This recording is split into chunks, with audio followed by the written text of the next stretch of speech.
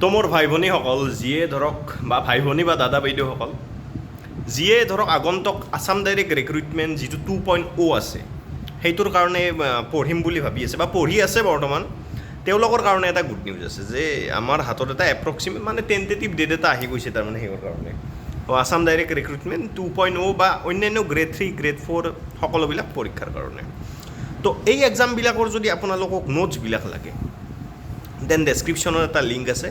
সেই লিংকটোত ক্লিক কৰি আপোনালোকে এই এক্সামৰ নোটছবিলাক লৈ ল'ব পাৰিব আৰু প্লিজ সকলোৱে চেনেলটো ছাবস্ক্ৰাইব কৰি দিব আমাৰ চেনেলটোলৈ আপোনালোকক স্বাগতম জনাইছোঁ বলক এতিয়া আমি তেনে কি নতুন আপডেট আহিছে এইখিনি চাই লওঁ বলক তো চাব মই ইয়াত যিটো CMO আছাম মানে এইটো অসমৰ CMৰ যিটো ধৰক ফেচবুক হেণ্ডেল বা টুইটাৰ হেণ্ডেলত আপোনালোকেও যদি অ'পেন কৰি চাই দেন গম পাই যাব চ' ইয়াত কি দিছে চাওক আজি মাননীয় মুখ্যমন্ত্ৰী ডক্টৰ হেমন্ত বিশ্ব শৰ্মাই তৃতীয় আৰু চতুৰ্থ বৰ্গৰ কৰ্মচাৰী নিযুক্তি ৰাজ্যিক আৰক্ষীৰ উপ পৰিদৰ্শক মানে কি যিবিলাক SI আছে কনিষ্টবল নিযুক্তিৰ বাবে প্ৰয়োজনীয় সকলো আনুষ্ঠানিকতা আলোচনা আৰু চূড়ান্ত কৰাৰ বাবে সংশ্লিষ্ট বিষয়াবৰ্গৰ সৈতে এখন বৈঠকত মিলিত হয় বৈঠকত পৰীক্ষা প্ৰক্ৰিয়াৰ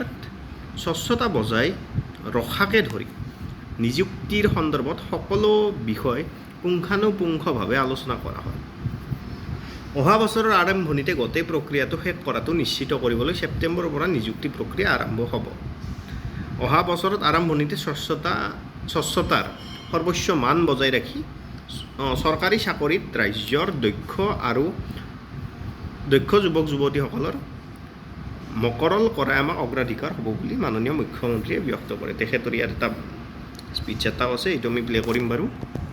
চ' মুখ্যমন্ত্ৰী মহোদয়ে কি কৈছে মানে আমাৰ PMO যিটো অফিচিয়েল ৱেবছাইট বা যিটো ধৰক সেই আছে আমাৰ টুইটাৰ বা ফেচবুক হেণ্ডেল আছে তাত আহি গৈছে যে যি আছাম ডাইৰেক্ট ৰিক্ৰুইটমেণ্ট হওক বা DME এক্সামৰ কাৰণেও বহুতে এপ্লাই কৰিছে আৰু যিটো আছাম পুলিচৰ কনষ্টেবল বা যিজন ধৰক আপোনাৰ সেই আছে SIৰ পৰীক্ষাবিলাক আছে সেইবিলাক তানে অতি শীঘ্ৰেই হ'ব মানে ছেপ্টেম্বৰ মাহৰ পৰা এইটো কিহৰ মাহ ছেপ্টেম্বৰ কৈছিল নে আগষ্ট কৈছিল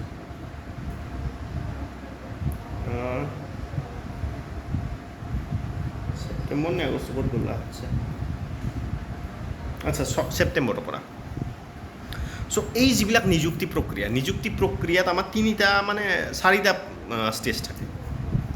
ফাৰ্ষ্ট এডমিট কাৰ্ড দিব ছেকেণ্ড আপোনালোকক এক্সাম হ'ব ফাৰ্ষ্ট স্কিল মানে যিটো সেই টেষ্ট থাকে ৰিটেন টেষ্ট থাকে সেইটো হ'ব তাৰে পিছত হ'ব আপোনালোকৰ skill test and after date কি হ'ব আপোনালোকৰ নিযুক্তি বা যিখন এপইণ্টমেণ্ট দিব আপোনালোকক সেইখন হ'ব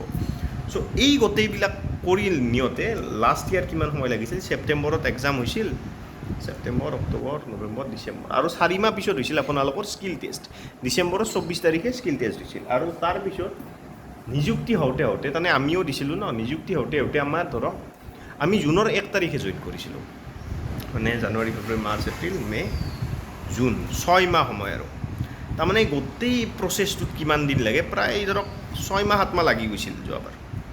6 মাহ 7 মাহ আৰু যদি ছেপ্টেম্বৰৰ পৰা ধৰোঁ তো কমচে কম 8-9 মাহটো লাগিয়ে গৈছিল চ' এইবাৰো ইমানেই লাগিব তেওঁলোকে কৈছে যে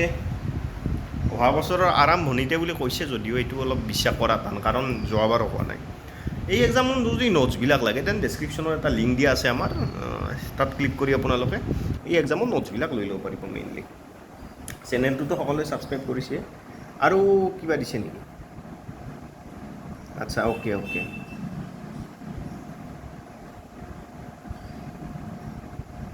অ'কে তেখেতে বহুতটা তাৰমানে আপোনাৰ নতুন তাৰমানে যিবিলাক ধৰক ডিচিশ্যন বহুতটা লৈছে তাৰমানে অলপ কি কৈছে এইটোত চাওক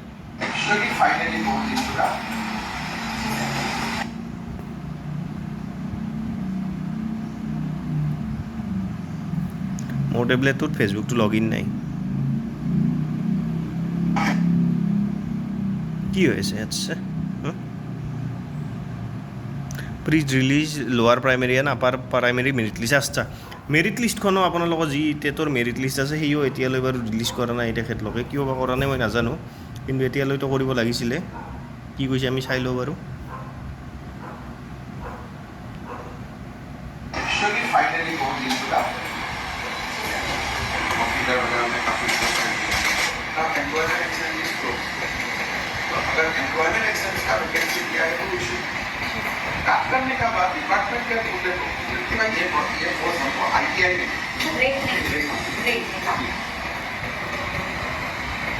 application sir through Seva website receive थोड़ा आरंभ करा হৈছিল at 10th of October and payment actually finally কি কৈছিল ইয়াত ভালকৈ তাৰমানে অডিয়েবল নহয় তাৰমানে ভালকৈ বুজি নাপায় বা তেখেতে কি কৈছিল ইয়াত কাৰণ ধৰক চাৰিওফালে নয় আহি আছে বাৰু যি কি নহওক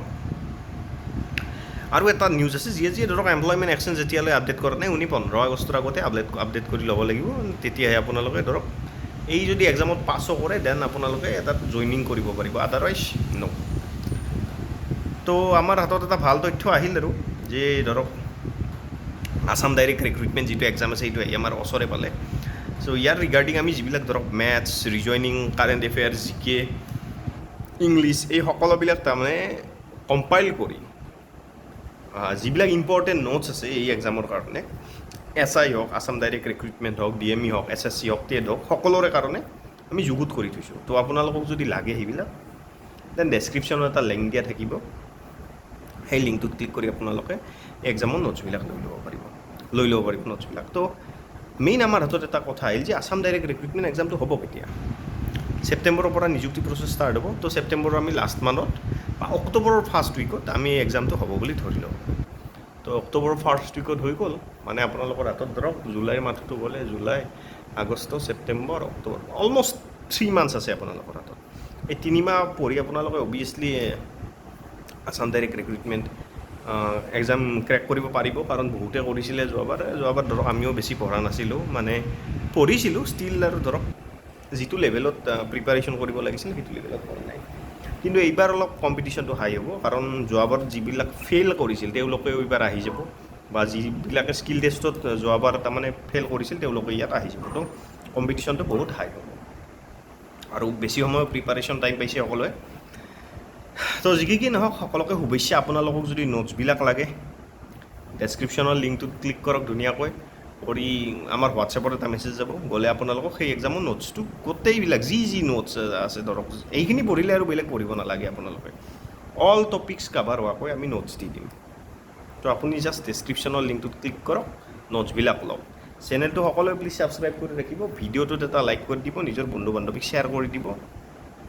এক্সাম আহি আছে সকলোকে শুভেচ্ছা মই বাৰু এইবাৰ পঠোৱা নাই আৰু এইটো এক্সামৰ কাৰণে তো যি কি নহওক সকলোকে শুভেচ্ছা থাকিল